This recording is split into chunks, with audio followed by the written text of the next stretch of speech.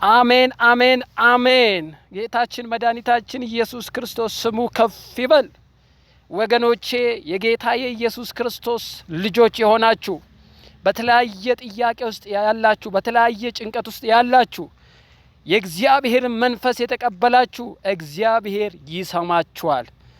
የእግዚአብሔር ቃል እንደዚህ ይላል ሮሜ 8:15 ላይ አባ አባ ብለን የምንጮህበትን የልጅነት መንፈስ ተቀበላችሁ እንጂ እንደገና ለፍርሃት የባርነትን መንፈስ አልተቀበላችሁምና ይላል።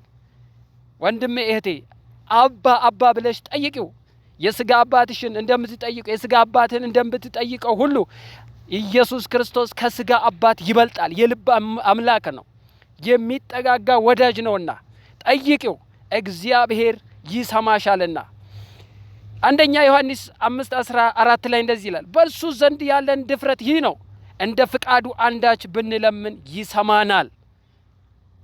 የምንለምነውም ሁሉ እንዲሰማልን ብናውቅ ከእርሱ የለመነውን ልመና እንደተቀበልን ደግሞ እናውቃለንና ይላል። ክብር ለጌታ ይሁን።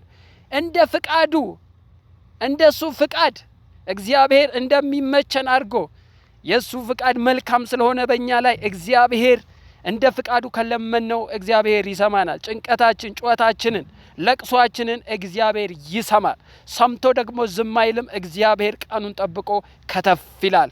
ክብር ለአምላካችን ይሁን። ስለዚህ አባ አባ ብለን የምንጮህበትን የልጅነት መንፈስ ተቀብለናልና ያለምንም ፍርሃት አባታችንን መጠየቅ ያለብንን ነገር እንደርሱ ፍቃድ ስንጠይቅ እግዚአብሔር ይሰማናል።